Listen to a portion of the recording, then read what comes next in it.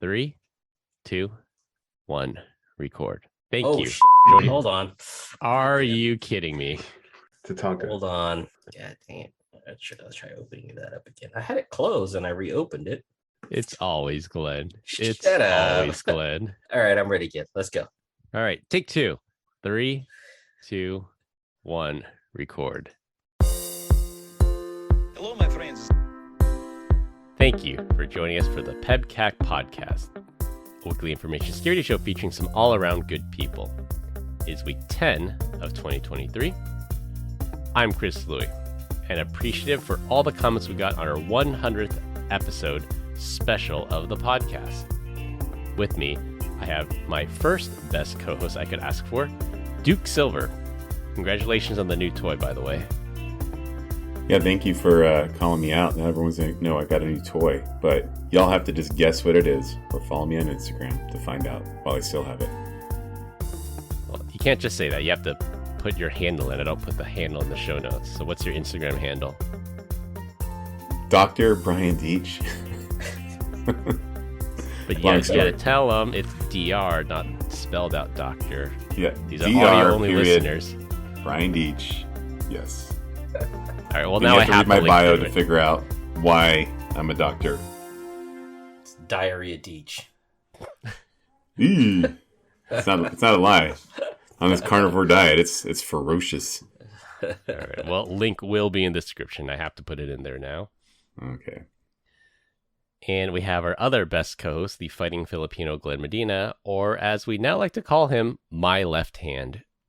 That's so mean, Chris. Just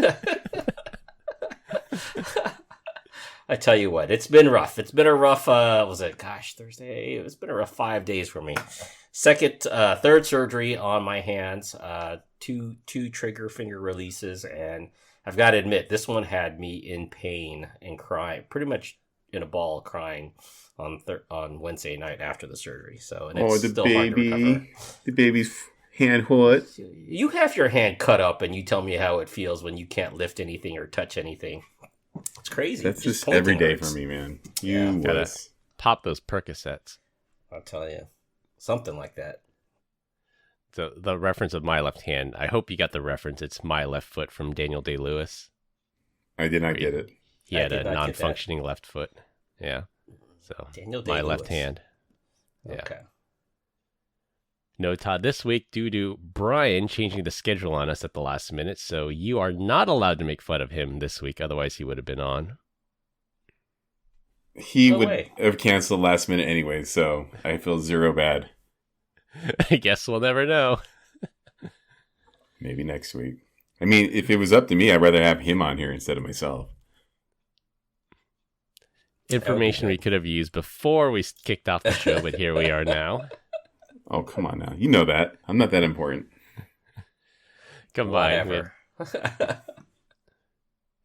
we have decades of information security experience. We're here not just to educate, but to entertain. We've got 4 fantastic stories for this week, so sit back, relax, and enjoy the show. We're going to change the format of the show a little bit and have a more long-form closing the loop and take away the opening topic. I think the opening topic is more relevant when we have a guest on, so we'll either do closing the loop or the opening topic, but try not to do both of those anymore. We've heard your feedback, so let us know if you like this new format better. Also, after I posted episode number 100, iTunes notified me that we now have 3 full days of podcast content.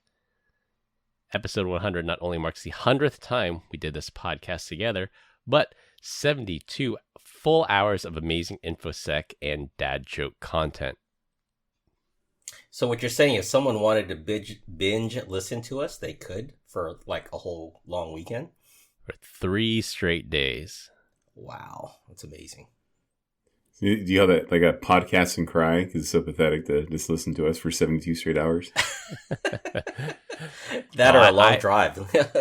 I've had to listen to us more than once. I have to listen to the full show when I edit it, and then I often listen to the show. Well, we experience the show making it, and then I often listen to the show after I post it as well, just to make sure that there are no audio issues. Thank you, Chris. You're doing the Lord's work. I know. Love you, Chris. Chris also takes notes every time I drop an F-bomb. He's like, all right, at 32:24, I got to edit. Like Brian swearing on the podcast again. You guys will never know if it's actually true. Yeah, actually, after I posted episode 100, I didn't notice there was an error in Glenn's audio at one section where he got really, really quiet, and that was due to the software I was using. So I actually had to go back, re-edit it, repost it, and hope that nobody noticed. It was only like that for maybe like 4 hours before I figured it out. That's funny because I didn't notice it, but I'm half asleep half the time, so yeah, I'm just along for the ride, guys. Everyone that's listening, I'm just along for the ride. Of the three hosts, and I'm not trying to make fun of you here, but of the three hosts, the most comments I get about audio issues is for you, Glenn. They say you're either too loud or you're too soft. And oh, man. I don't know if that's my fault for doing things in post, or I think you just have a very large range as well. Range. Is that what you're saying? I can sing?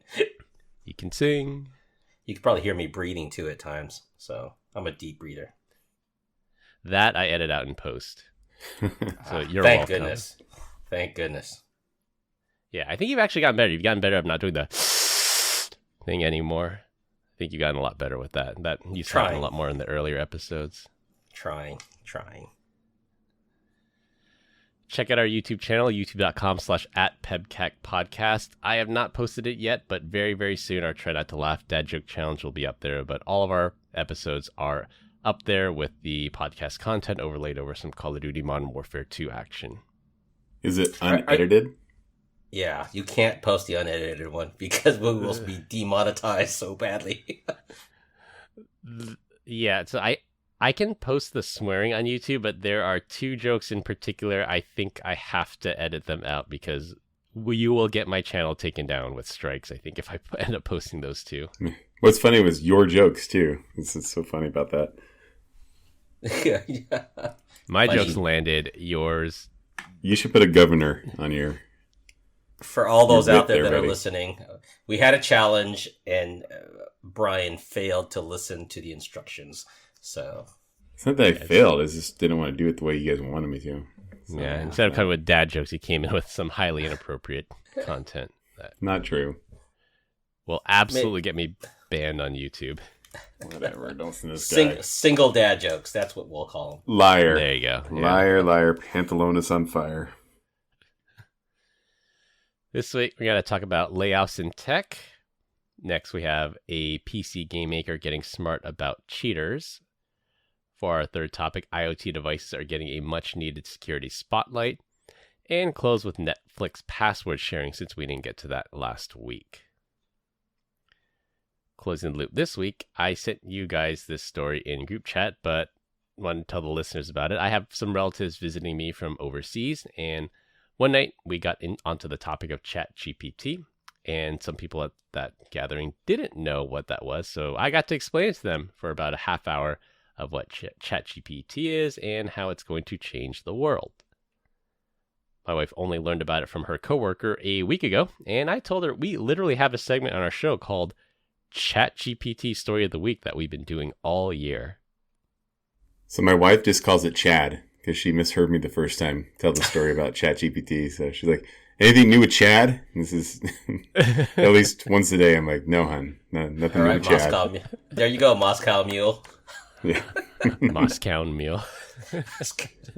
Apparently, listening is a challenge in the Deach household across both spouses. Yeah. For our first topic, we really haven't addressed the massive tech layoffs that are happening right now.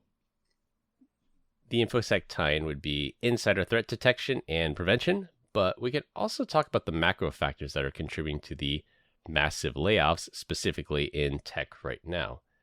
I think that's one of those things. You don't really see a shortage or a mass layoff in construction or retail or the service industry. If anything, there's a shortage of people in those industries. But in tech, I think that's a big exception this time. All the major tech companies, the so-called FANG stocks, Facebook, Meta, Amazon, Netflix, and Alphabet's Google, plus tech in general, have collectively laid off more than 100,000 people in just the first 2 months of 2023. Companies like Salesforce, Microsoft, PayPal, and Zoom are not spared from this either. The only major tech company to not announce layoffs is Apple. And that's because Apple hired carefully, so they do not need to do the layoffs. The story is the same for nearly every tech company out there. Tech companies boomed during the global pandemic, and companies hired way too fast, thinking the gravy train would never run out. Now that there are macroeconomic headwinds, namely high inflation and the elimination of a zero interest rate policy, or ZIRP, the easy money's gone and companies cannot continue to operate in this space. There's a story on Business Insider that layoffs are happening so fast and so frequently that employees at Google are only learning about their colleagues' departures when their emails bounce back. And that's actually not that uncommon. Just this week, I got a call from someone asking if I heard the news of someone's departure from the company, and I had already known that news because I saw that person's account was deactivated in the collaboration tool that we use. The rumors that this first 100,000 layoffs is only the beginning, and to expect several more rounds if economic conditions do not improve. I'm 100% sure a lot of those people that lost their job, they probably had 2 or 3 jobs to begin with, right? They were probably milking it anyways during COVID. So they're like, oh man, Netflix laid me off. Good thing I still work for Google. And, just so on and so forth. Yeah, we did that story a while ago about ADP of their full-time workers having multiple jobs at the same time. I think I sent a message in the group chat. Even Facebook is actually laying off the robots that do cleaning. And Google. Yeah, the Google. Yeah, Google robots. Yeah. I wonder how sad those robots are. I hear someone's Alexa going off. Yeah, it's because I said the G word and have one of those devices sitting about 2 feet away from me. You idiot. The listener of evil? Yeah, I should put that on mute. It's true. So along these lines, just along these lines, I mean, my heart goes out to anyone that may have lost her job recently. I mean, like I said, that's terrible. I mean, but it's unsustainable, right? We've had some serious growth over the last couple of years, but it's bad that we've got these other economic conditions that are going on as well. Do you guys think? I mean, what do you guys think about that continuing on, and when do you guys think this will be bouncing back? You guys have input on that? If I knew that, I wouldn't have to work anymore because I could time the market perfectly. Right. But you have an idea. You just can't. Yeah. In all seriousness, the time it takes for a recession to fully bottom out, and we are in a recession. We hit the technical requirement that we are in a recession now. We're starting to bounce back from that, but we're in a weird recession now that unemployment is record low. Tech layoffs are at a record high. Service industry jobs are at the number of openings is a record high, and they can't fill them fast enough, which is fueling the inflation because you have to hire people at higher salaries. They in turn spend more, fueling the inflation. We're in this endless cycle. I think I've heard from the VC world, so the venture capital world, have enough funding. I think the rule used to be have 8 quarters of cash. Now it's had like 15 quarters of cash. So it's definitely changed, especially in this non-zero rate interest policy period that we're in right now. So what is everyone doing? Or am I not lying? A lot of people just have 2 or 3 jobs, and that's the reason why unemployment is so low.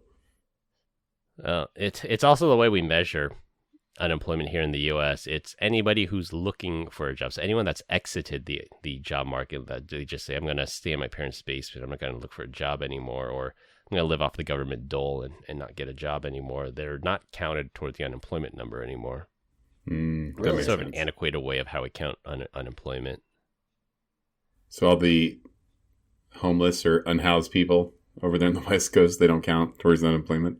If they're not actively seeking employment, they do not count towards the unemployment number. What if they're actively seeking meth? Does that count? They want to work for Walter White? Yeah. But that's kind of a mistake, though, right? I mean, you've been counting this way for several years now, for many, many years now, and then all of a sudden you just to skew the numbers because you want political rightness or whatnot. You're just skewing the numbers. You're not actually advertising the truth there.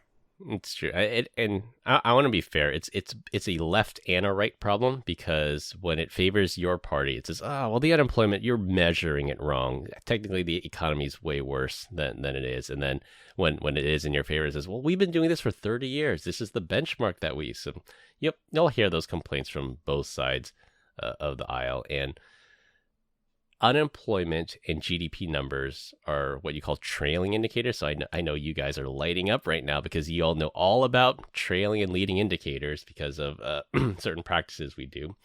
But they're trailing indicators. They tell you how the economy did last quarter. We want to know what the economy is going to do this quarter, next quarter. And I think looking at data from FedEx, UPS, the post office, are they processing record numbers of parcels? Is consumer spending at an all-time high? Those are greater indications of leading indicators for where the economy is going. And based on the numbers, based on the inflation numbers, it's not looking good for this calendar year. So sad. But going back to, I don't even know what episode it was, but Victorinox, the Swiss Army company. You guys remember that? Yeah. They do their Fortress balance sheet. And even through COVID, they laid off 0 people. Yeah. So in the last 130 plus years, I know they're not a tech company, but good for them. I think everyone should take a page out of their book. Nintendo's another one. Nintendo can be classified as a tech company-ish because they sell hardware, they do software. They do not do layoffs either. So through the pandemic, they kept people on even if at a loss. And their opinion is it's better to have people not fear the next layoff. They'll be much, much more productive than the people that don't know when that hammer is going to drop on them, and they're going to be way less productive. That's freaking awesome. Yeah, good on companies if they can adopt that. And they have the cash flow, they have the planning, the foresight. Apple is like that. They might have let go some of their recruiters, but they're not like the other companies with tens of thousands of layoffs. Yeah. So do you agree that? Oh, go ahead. Well, I just know from previous experience when there was an M&A. With a couple companies ago, there was basically no productivity done this last 8 months from the time they announced the acquisition to when we knew that people were going to get laid off. No one was really doing anything. It was such a wash, right? So, yeah. You guys agree that the way you should find out someone was laid off is just the email gets bounced back, or you can't collaborate with them? I think proactively notifying people could be a little to the detriment, right? Might lower overall morale. And it's funny to me, like that person you're talking about, Chris, she's been gone for like 10 days. People are still just finding out. Like I'm like, wow, yeah. So I guess I can see it. Did you guys agree that you shouldn't say anything, or should it be more advertised? It's tough. It especially depends on the way the person exits. Are they going on their own terms? Are they getting laid off? Are they getting terminated? I think it's going to vary. It's definitely tough. Yeah. Go ahead, finish, Chris. Sorry. No, I was just saying because, like you said, if you announce it, then that could dent morale. If you let people find out about it, then people could feel like, hey, this should have been something told to us. But in my next. Well, yeah. I'll play devil's advocate. Why would the company need to announce it? Like, it's like no one announces when the person leaves. Like, hey, so and so left the company because they wanted a different job, or they quit. No, you don't announce that. And I'm kind of looking at it from the management side. Is it really even necessary? And does it cause more harm than good? Right. Yeah, I think you might have small manager, so I don't have to make these tough calls. I think the impact is pretty small. Like for Chris, right? He ended up having to cover a session last minute, and I know that there was a sales rep that was planning a follow-up discussion with that person, and now he's just like, "Who the heck do I call on?" They're like, "We don't even know." So, but in the grand scheme of things, that's really small impact, I guess. Yeah, and having a succession plan as well. Designated survivor. Yeah.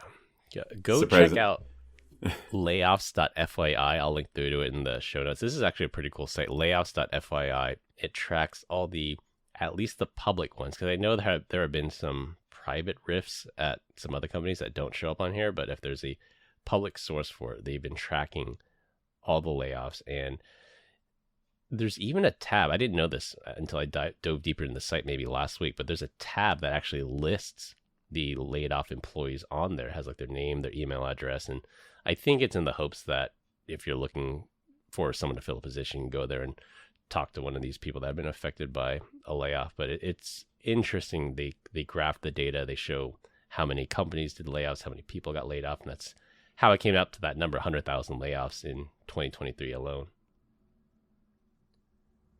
Life Hacks by Chris Louie. Yeah, and if you can help out, reach out to someone that's been affected. Tech is a small community, and we try to help each other out. Wow. I just can't. I'm just looking at that tab, and I'm just so surprised at how open these lists are. It's just crazy. I wouldn't know if I want my own personal information inside there.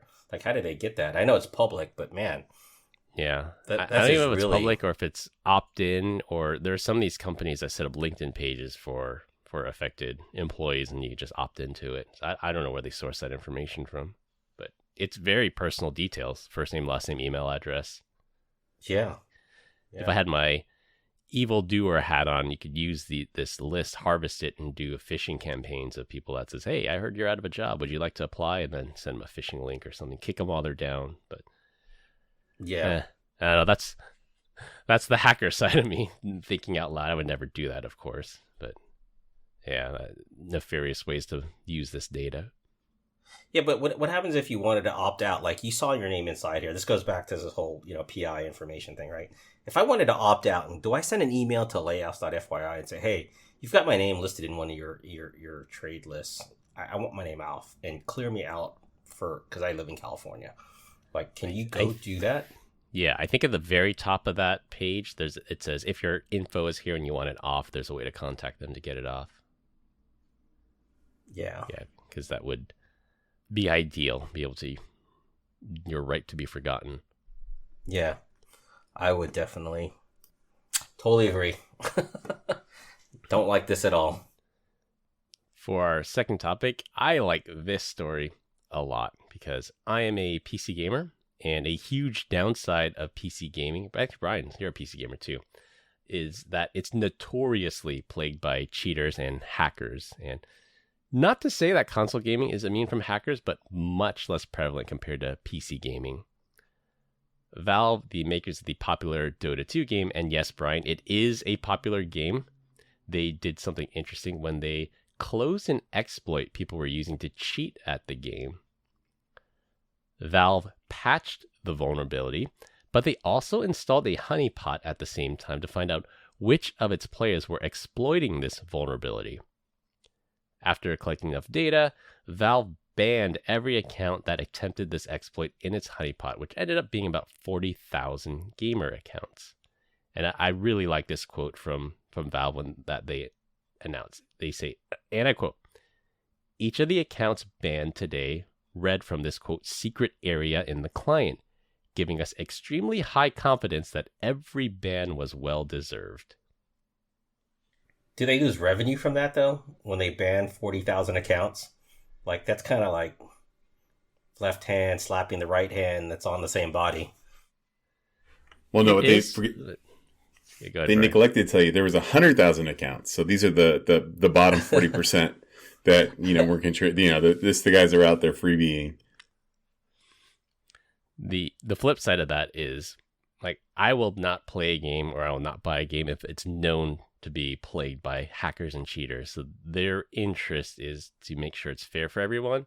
That drives revenue, that drives engagement. Because if I go into a lobby and I die immediately through no fault of my own, I'm never going to play that game again. And that's not what Valve wants. They want people to sign on to the game, continue buying the DLCs and engage with the game, post about it. And if every post on Twitter about your game is about these cheaters, that's not good PR for them.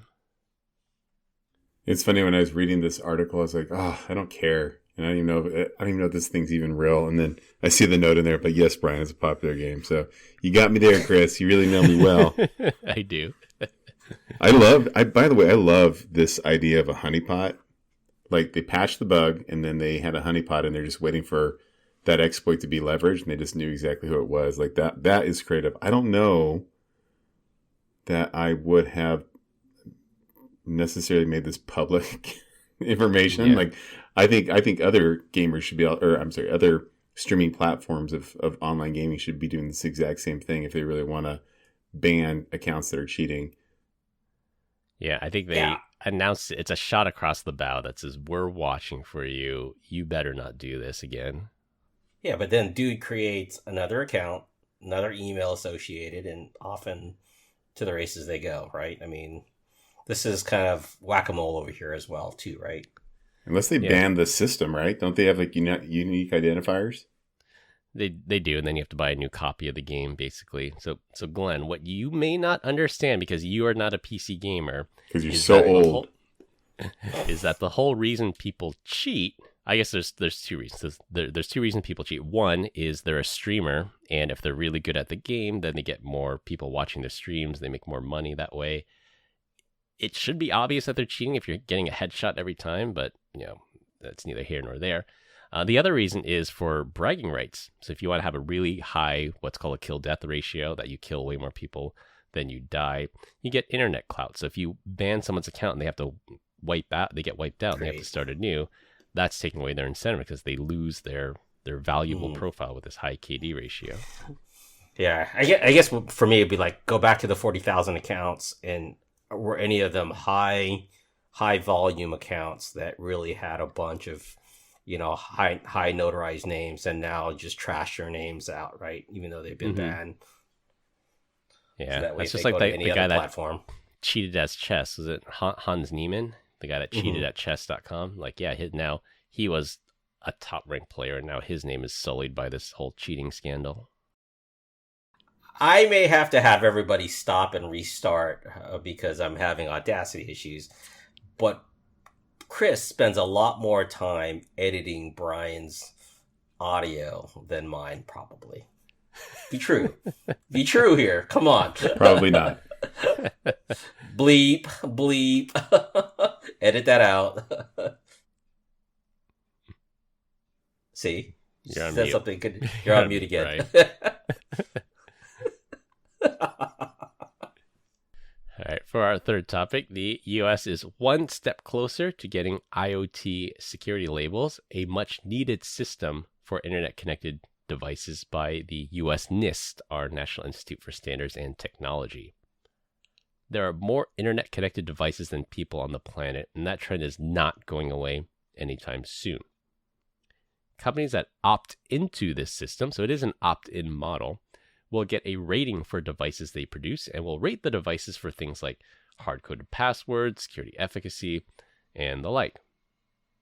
Don't expect to see these labels on cheap made-in-China cameras or devices, but it allows consumers to make intelligent decisions when purchasing internet-connected devices, or companies can require a minimum certification level before purchasing. So think of selling a router to a U.S. government agency. It must have at least an A rating before you're allowed to buy it. So you can't buy something that's not meeting that minimum requirement. Phase 1 will be consumer routers, light switches, cameras, and the like. And a phase 2 eventually will include healthcare and smart cities. So I think this is good all around. This is much needed.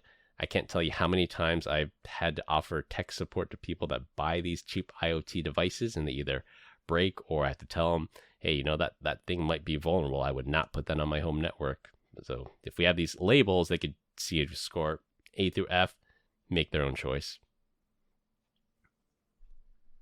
So I just think this is a big old money grab because I read in there that you can get a certification, or a stamp of approval, right?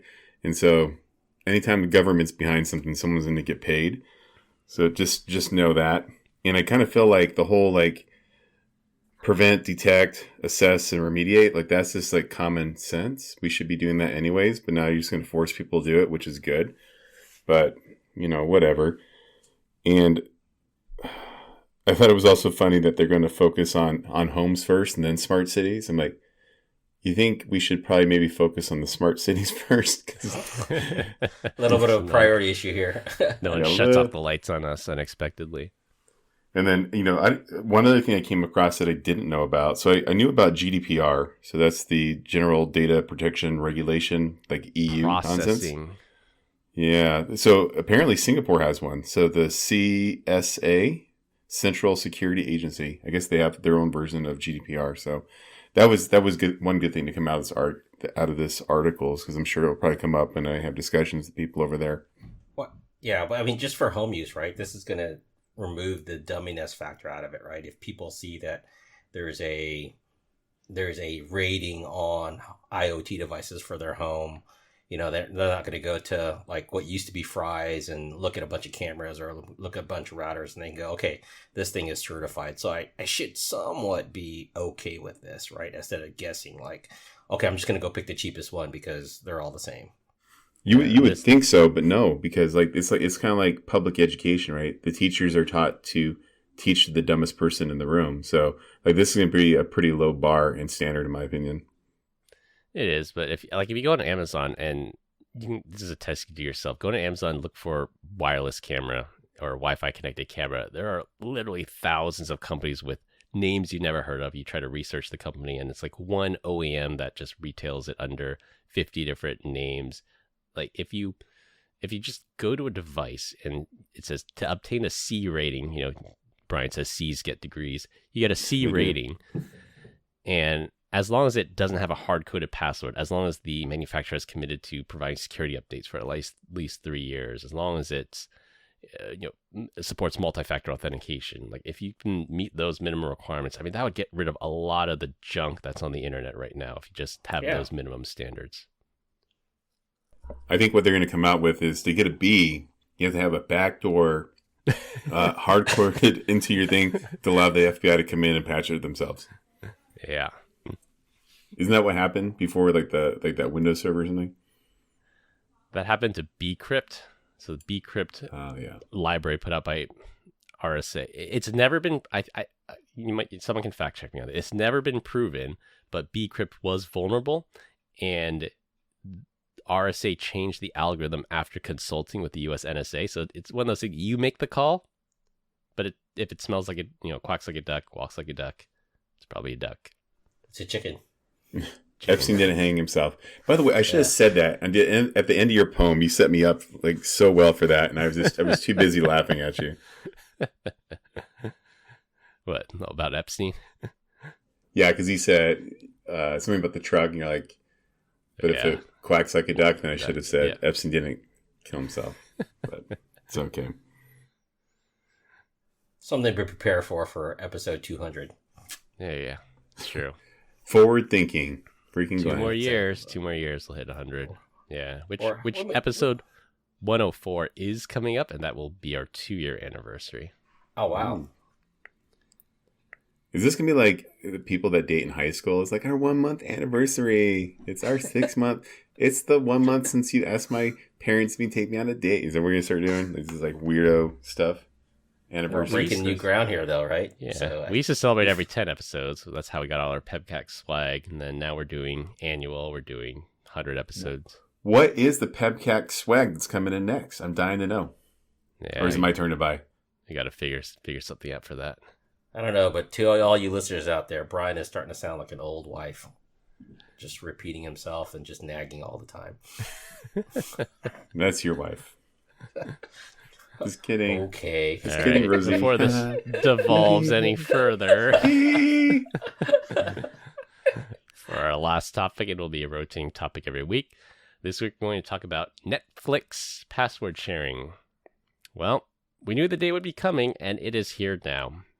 After a decade of not caring about password sharing, Netflix is cracking down on multiple households sharing one Netflix account. Previously, Netflix did not care how many households were sharing a password, but you could only have a certain number of concurrent streams. This worked well if you had relatives around the world where no 3 people would be watching at the same time. Well, Wall Street came in knocking, and after disappointing subscriber growth numbers, massive losses in the original content department, and people quitting Netflix, they decided to put an end to password sharing.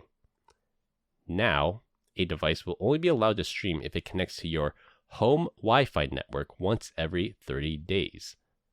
This is fine for your average uses, but if you take your phone, tablet, or laptop with you, generally you return home once every 30 days. But if you share it with a relative around the world, that can't happen. If you want a separate account for a separate location, that's an extra $9 a month.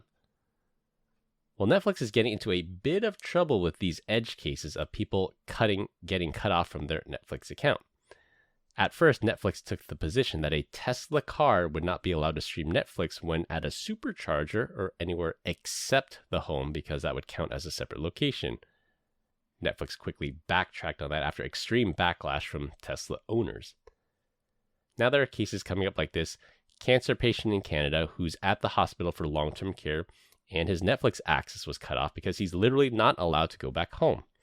Netflix did not comment on that story. What do you guys think about Netflix's crackdown on password sharing? It's lame. There's a whole new... Oh, go ahead. It's lame, right? Like, what if you have a couple houses? You know, I'm not going to go get an account for each house. That's kind of lame. It's like I pay for a subscription. Yeah, $8 a month, or you got to bring that device there. But if it's a smart TV, and that's super inconvenient, you can't take that home every 30 days. Yeah, I can't do that without some technology. Yeah, it's so easy to solve, guys. Just got to rename your Wi-Fi to what Chris uses: FBI surveillance camera, like at all your houses, at all your parents' houses, and they'll like never know. They'll never know. Like, checkmate. Brian, I was talking to a buddy about this. He has a rental. He lives here in the Bay Area, but he has a rental property in Lake Tahoe, or I forgot if it's a rental or a second home. But he's like, "How can I use my Comcast account? Because Comcast locks it to your home location." I said, "Just buy a router from a reputable company, set up an open VPN tunnel, and just do a tunnel-to-tunnel, point-to-point connection. There you go." Well, Chris, great advice. For the guy that was in the hospital, and he was probably just trying to do Netflix and recover, but he ended up getting like the old Netflix and catheter. Like, that was probably a very painful situation for him. Yeah, I'd say the look on Glenn's face tells me he's had a catheter. I'm sorry, brother. That. I haven't had a catheter, but I've my prior military life, I may have been in on having a catheter put in, not on me, but maybe on a patient. So not the most. What kind of dental work were you doing, Glenn? Well, guys, when you're in the military, you just don't do dental work. You do maxillofacial surgery. You're in traumas. You're in all kinds of things. So more so than just filling teeth. My daughter, I think she broke her clavicle, the collarbone. Yeah. So we're in there, and right next to us is it's just like the sheet. We're at the emergency room, and so you can hear what's going on. And there's this sweet old lady in there, and the nurse is like, "All right, we have to put a catheter on you." And she's like, "What's that? I don't know what that means." And then next thing, all you hear is, "What are you doing to me? Stop! Stop!" Just screaming. And me and my wife are like, just like, like, we know what's going on. The kids are like, "What's going on?" I'm like, "You don't even want to know." And just like, you just hear this poor lady screaming. It was mortifying. Explain it to you when you're older. Yeah. Usually you have to sign for consent for that before they stick it in. So. I am sure there was somebody there to sign for that. But it was like, I thought somebody was being murdered. And I was like, if I ever need a catheter, I'm just going to just jump off a cliff instead, because that sounded terrible. Yeah. I've got some news for you, Brian, for your upcoming appointment later this year. Schedule that for Brian. When I'm permanently off the podcast, you know why. That is an exit only type of scenario. You know what blows my mind is people being mad about the Tesla superchargers, because anytime I try to watch anything as supercharger, I have like zero Wi-Fi or zero service. Like, it's just terrible. I can't watch anything anyways. Yeah. So maybe that's more of a problem in Arizona. Like, all the Bay Area, or the ones in California, I shouldn't just say Bay Area. All the ones in California I've been able to stream from. So if you pay for the streaming service, right, do you still use the Wi-Fi that's coming through the charge cable at a Tesla charger? Or does that... Brian's laughing.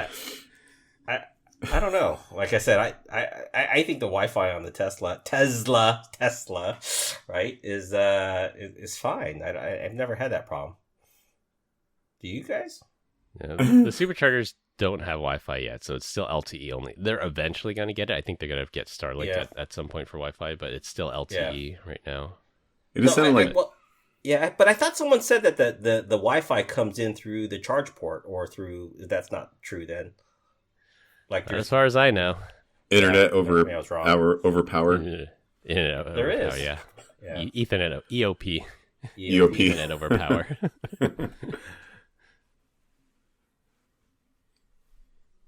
I'm wrong.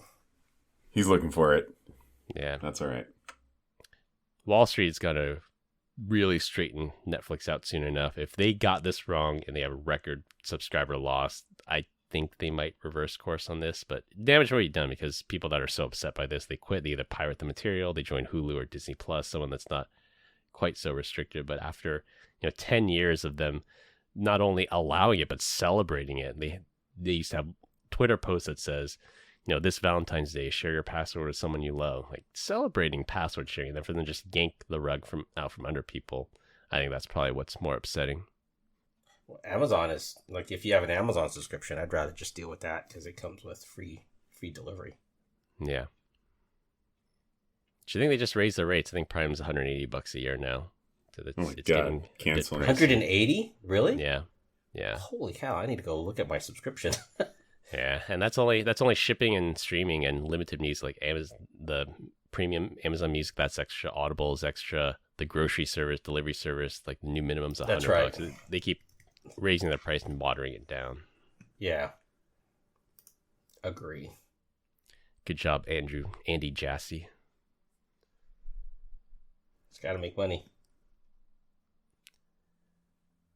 Well, we continue to get great comments about our dad joke of the week. Dad joke of the week. This week, Brian's up. Wow, I'm so excited. Let me think here. All right, so I think we have Easter coming up. Make it clean, Brian. I'll text you guys what I was just about to say. It's like Glenn knew, like he knew. We all knew, Brian. All right, so just one clean one for the show. Okay, so cow tipping is a myth. Cattle rarely tip even when the service is good. Wow. It's all right. So go ahead and say the other one, and we'll clear this one out and make this the NFT. No, because it'll be an NFT, and then it'll be there forever, and I can't have that kind of, like, when I run for Congress one day, out of nowhere, Chris is going to be releasing drops. I'm like, oh, geez, this dude. Yeah, I won't release it for free. I'll just make your opposition buy it. There you go. And buy the Oppo research as the NFT. I still don't like that at all. How can I trust you, Chris? All right, to wrap things up, layoffs are happening, so watch out for insider threats. Valve banned users who were cheating, and they found them in a creative way. IoT security labels are coming soon. And Netflix is about to suffer a world of hurt over their password sharing policy. That's all I have for this week. We hope you enjoyed this week's episode. You can find us all on LinkedIn. Links will be in the description. Follow us on Instagram at PEBCAK Podcast. Thank you to all our listeners and subscribers who raised 5 stars in the iTunes Store and Spotify and left us a review. We appreciate you all spreading the word to help grow the show. The best way to find us is to search for the PEBCAK Podcast on your favorite podcast listening app. From our co-hosts Brian Deitch and Glenn Medina, I'm Chris Louie. Thanks for listening. We'll see you all next weekend. As always, have a nice day. Bye, Felicia.